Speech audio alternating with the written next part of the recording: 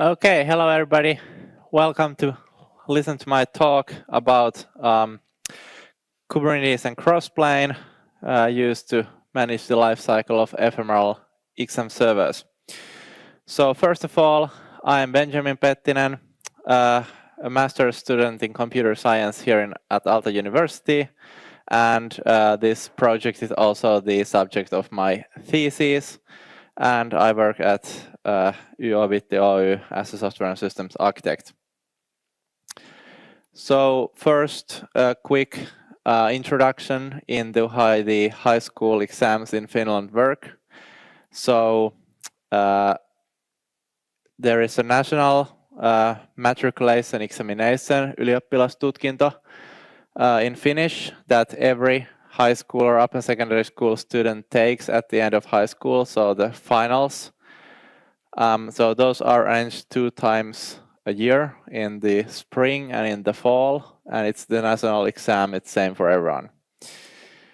And then there are practice exams, basically all other exams throughout the year.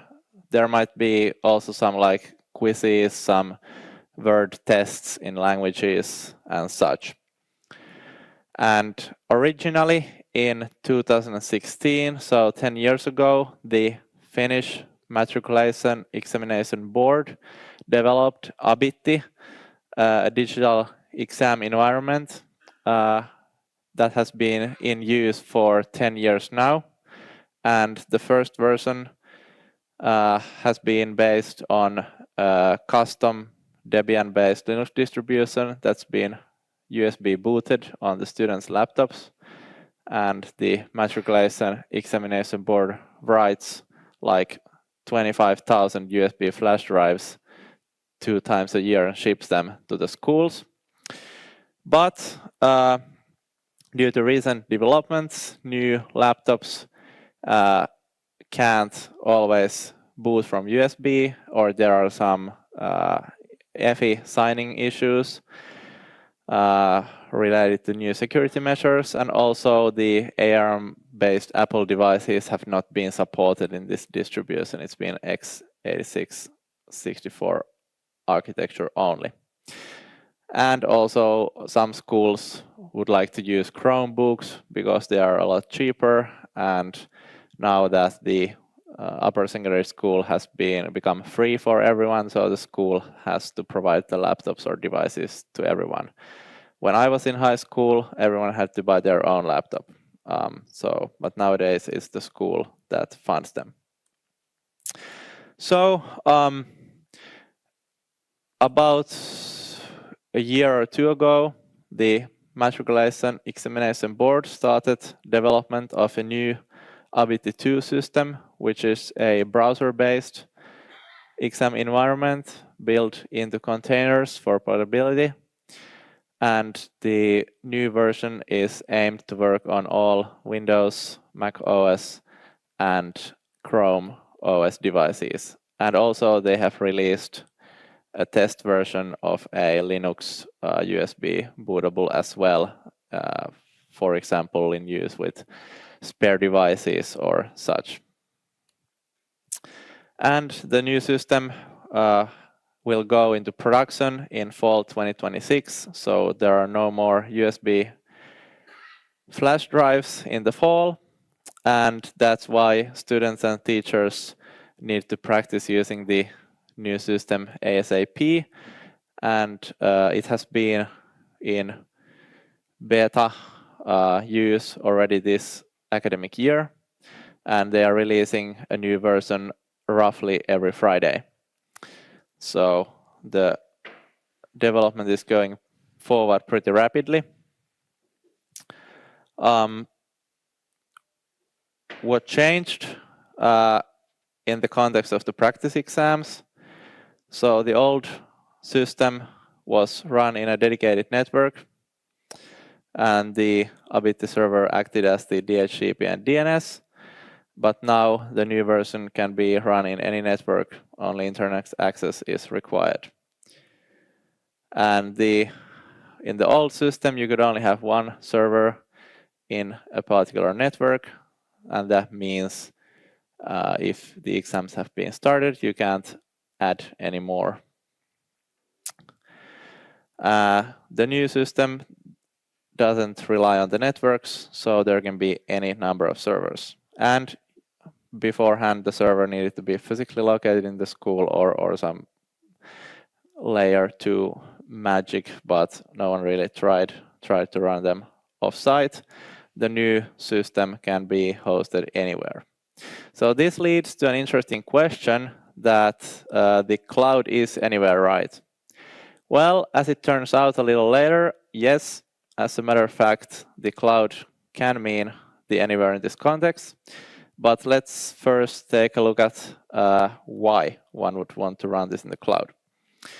So currently, there are basically 2 ways to run the exams. You can have 1 or 2 big beefy servers running all the exams at a particular school.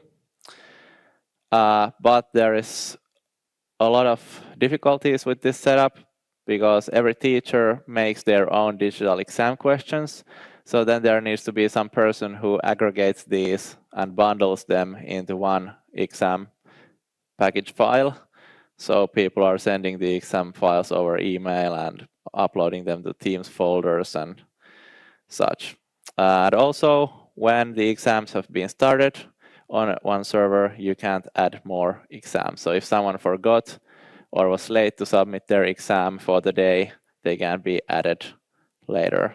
And also, if someone just wants to make an ad hoc exam, that's not possible. And also, the new system requires quite a lot of CPU power and memory for the server per student. So we are talking about like 10,000 euro servers. You could also run multiple small servers, like every teacher could be running the server on their laptop. However, it does not support Docker for Windows. So almost all schools in Finland, well, a lot of schools in Finland use Windows. So that's a problem. There is a workaround. It can be made to work with Windows subsystem for Linux, but it needs quite a bit of tweaking. And usually at the schools, there are most of the schools in Finland, there are no dedicated IT personnel working at the school. There's some teacher whose side job is to run the IT at the school. And even if you could run it, then you would have 100 servers that you need to support and update and patch. And the teachers need to, there is a client program that basically just runs Docker Compose up, but the teachers would have to learn to use that, and it doesn't always work perfectly. So there is some debugging and troubleshooting involved. The goal would be an easy-to-use platform where teachers can simply schedule an exam server, and everything related in the lifecycle management of the server should be automated. So this is where the cloud comes in.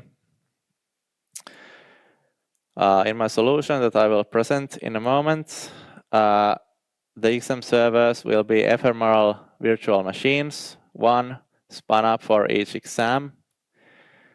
This way, every teacher is responsible just for their own exams, no logistics in dealing with the exam files or the answer files after the exam. The exams aren't tightly coupled anymore.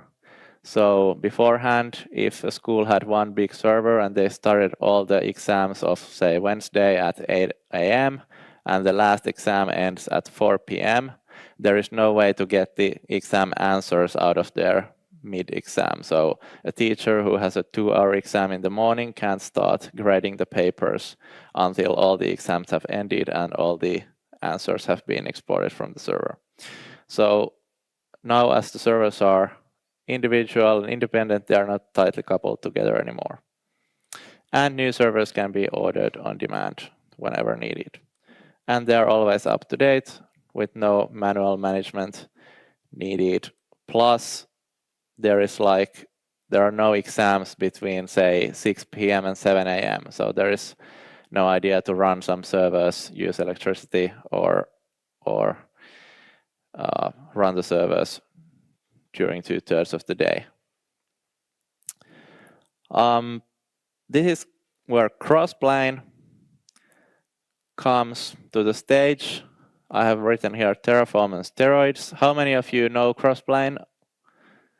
Okay, pretty much. How many of you have used Crossplane in production? A lot less? Okay, so basically, Crossplane turns Kubernetes into a declarative cloud control plane where infrastructure is managed as Kubernetes resources. So instead of applying a Terraform file, you apply Kubernetes resource manifests to a Kubernetes cluster, a management cluster. For example, Azure VM or DynamoDB or whatever resources the providers expose. And then Crossplane reads those manifests, those resources, and deploys their services and resources at the cloud service provider and manages their lifecycle through the whole life of the resources. And this works great with GitOps. If you're using Flux or Argo beforehand, you might have committed Terraform. Now you just commit Kubernetes manifests. And Flux will apply them to the cluster or Argo, and then Crossplane will pick them up and do its workings with the cloud service provider. And provider-specific details can be hidden behind something called compositions. There is a XRD, the resource type that the Crossplane controller exposes, composites resource definition. So if you have, for example, you need a VM and you need a VPC network, IP address, some storage, those can be packaged into one composition. And then when you want to deploy one of those servers with all the pods that are needed at the cloud service provider, you just apply a single resource. For example, in my case, kind XM Cloud Server. And you can also make a composition that can be multi-cloud. So you can just add a property that will select in which cloud it goes, and then the composition will, depending on which cloud service provider you're using, deploy the right resources. So here is an example. This is the composition definition itself. So it's Crossplane composition. And here we take a XM Cloud Server CRD, or the XRD actually, the composite resource definition, and turn all of those into UpCloud VMs.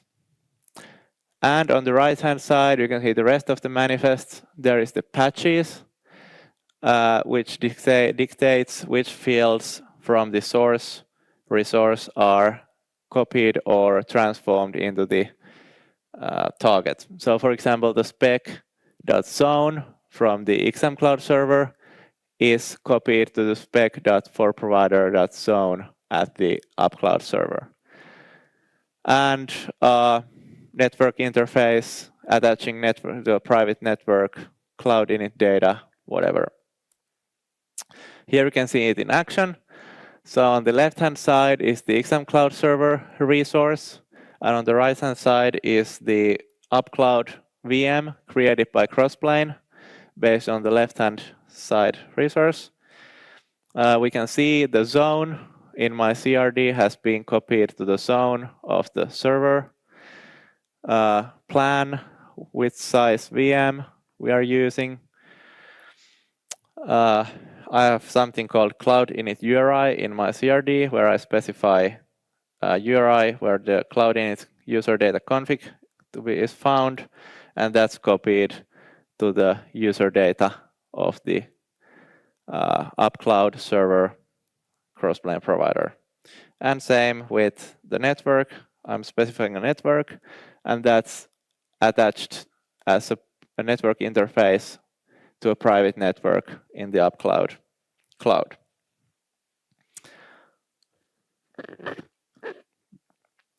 Then let's take a look at the exam cloud architecture.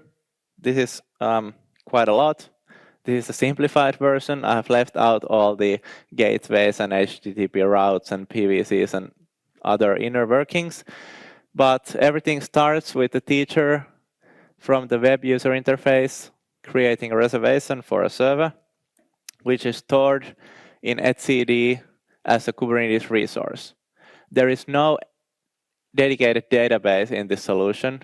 I was thinking about using MariaDB or Postgres or Mongo, but then I just ended up with storing everything inside Kubernetes and etcd. So the web backend creates this exam cloud reservation type CRD. Then there is something called meta controller. How many of you have heard about this? Okay, 1 or 2 hands.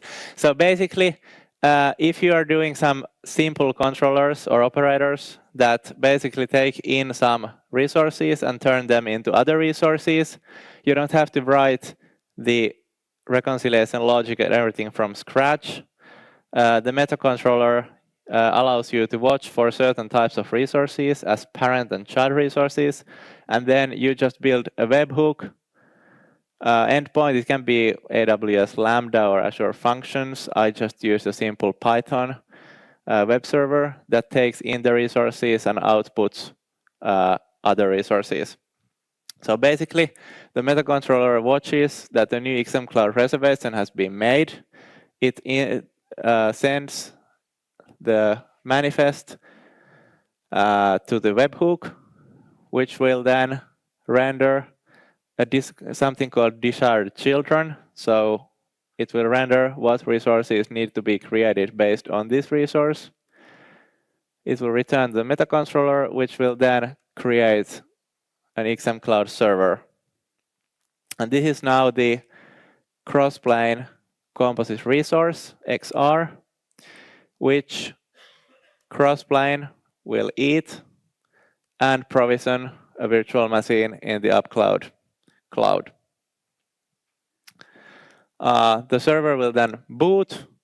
It will load the cloud init configuration and some bootstrap scripts that will be run from the service. That's the URL was previously given in the user data of cloud init. It will then contact a config server which retrieves the Abitti exam server related configuration from the reservation object and returns it to the server so it can start the exam server. So yeah, and last but not least, all the logs from syslog and journald, etc., and metrics from the virtual machines are fed into Loki and Mimir for Grafana viewing and alerting.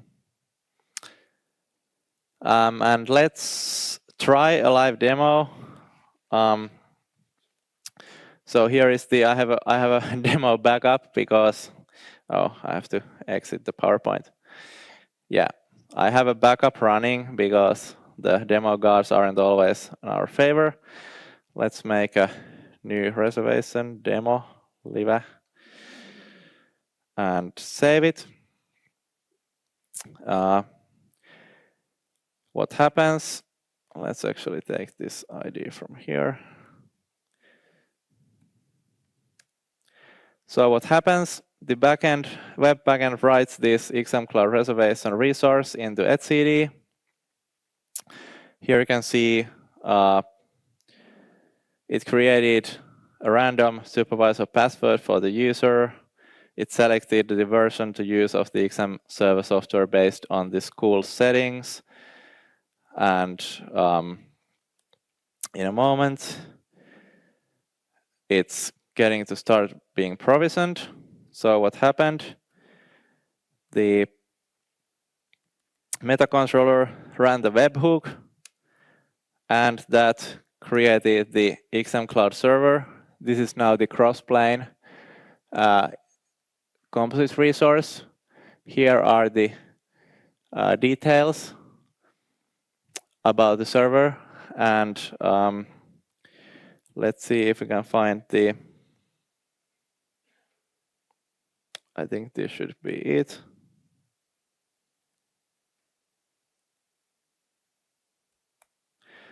Now I'm getting the UpCloud server. Oh yes, there it is. So here we can see kind server from the UpCloud Crossplane provider package. Here we have the network interface with the private network attached, the plan, user data, and everything we defined earlier. And now, while it's still starting, while it's starting, I can go through the rest of the slides. So as a conclusion, don't reinvent the wheel. Kubernetes can do reconciliation probably better than you. So first I was thinking about building some Node.js or Python or Go program that would poll the servers at the UpCloud or Azure through their API and create them and kill them after the exams. But then I came across Crossplane and saw that it's the perfect solution for managing the servers. And also, this would have been a little tricky with Terraform. I would have had to build something that would commit to my Terraform repository. Now I just apply Kubernetes manifests into etcd, and Crossplane does the rest. Kubernetes can be used or abused to solve any real-world problems requiring a reconciliation loop, even outside of Kubernetes. It doesn't just have to be stuff running in Kubernetes.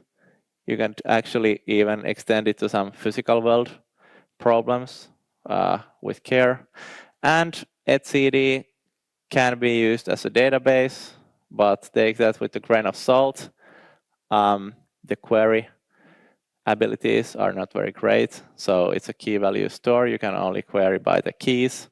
For example, you can have a label selector when querying stuff from the Kubernetes API, but you can't, for example, easily filter the results at the database side based on the status field of the resource or something. So it's not the perfect database.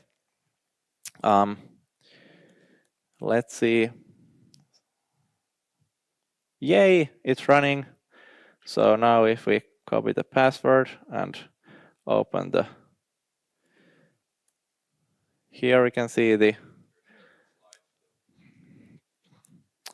thanks, good point. So it can be seen running. I copied the teacher password and opened the management view, and here we have the Abitti 2 exam running, and now I could upload the exam questions and then start the exams and run the exam. And the students can connect to the exam from anywhere. There is a passcode thing, so if someone is at the McDonald's free Wi-Fi or at their home, they can just join the exam. They need the code the teacher will be writing on the chalkboard or giving them at the start of the exam. And when this exam will end in 4 hours and 9 minutes, oh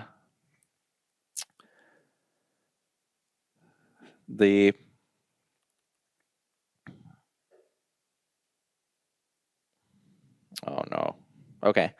There is still something called answer backup that will download a backup of the answers in case the teacher forgets to download them. This was not initially in the plan, but from the first 3 days of testing,